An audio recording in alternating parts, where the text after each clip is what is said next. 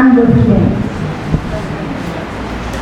नैबे थुनलाइ गाथोनाव गाथोनारिफ्रा दुगैलायबाय थादोंमोन। जाला होननाय जालाखाखौ आलायनायाव साय आलायना